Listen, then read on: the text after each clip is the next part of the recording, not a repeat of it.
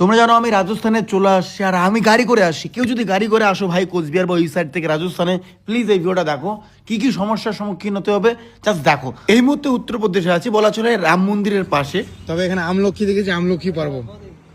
কই আমলক্ষী কই? ও ভাই কতগুলো আমলক্ষী দেখা যাচ্ছে গাইস। পাবো ভাই, সাবধানে কিন্তু। হ্যাঁ এই আমলক্ষী। খিদা পেয়েছিল তাই বস আমলক্ষী আমরা পেরে খেয়েছি, কেউ কিছু মনে করো না। তারপরে আমরা রান্নার জন্য জায়গা খুঁজে একটা সুন্দর জায়গায় আসলাম টোলগেটের পাশে।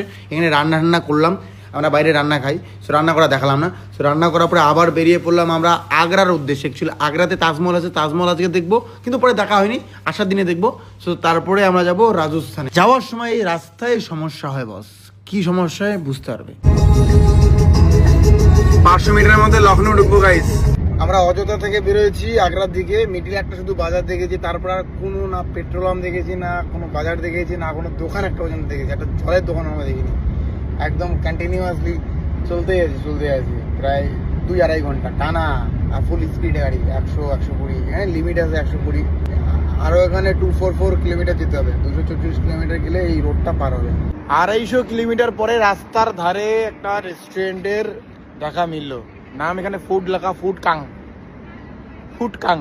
সো দেখি এখানে ফুড আশা করি পাওয়া যাবে। আর গাড়ির ভিড় দেখো ভাই, 200-250 কিলোমিটার পরে যখন এখানে একটা রেস্টুরেন্ট থাকবে সেখানে ভিড় থাকবেই। 200-250 কিলোমিটার পরে রেস্টুরেন্ট মানে ভাবা যায় বস, কোনো না পেট্রোল পাম্প পাবে, না কোনো রেস্টুরেন্ট, না কোনো জলের দোকান পর্যন্ত পাবে। তো এই রোডে যদি কেউ আসো ভাই, তাহলে কি খাবার কিন্তু সংগ্রহ করে আসতে হবে। ফুচকা 80 টাকা প্লেট, 6টা ফুচকা। ফুচকাটা যা হয়েছে না, মানে খুব খারাপ। ফাইনালি রাজস্থান পৌঁছে গেছি। কিন্তু আমার বলার একটাই যে বস, অযোধ্যা টু অনেক রোড আসে জয়পুর আসার, যদি এই রোডে তোমরা আসো Ayodhya to Lucknow to Agra to Jaipur Rajasthan, তাহলে বস খাবার নিয়ে এসো গাড়িতে, না হলে ভাই পাগল হয়ে যায়। আমাদের কি হয়েছে, রান্না করে খাই কিন্তু আমাদের গ্যাসটা হয়ে গেছে নষ্ট, তাই আমরা পুরো পাগলের মতো হয়ে গেছি খিদায়।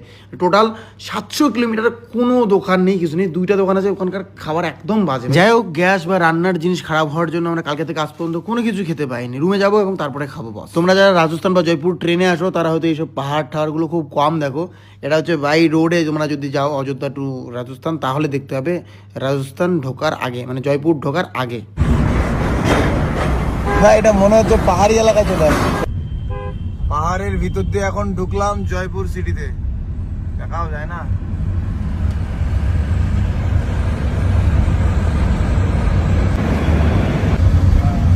শুনেছি রাজস্থানে ঘুড়ি উড়ায় অনেক, তো তাই দেখি প্রত্যেকটা গাছেই ঘুড়ি আটকে আছে। এইখানে মানে 8-9টা করে ঘুড়ি একটা করে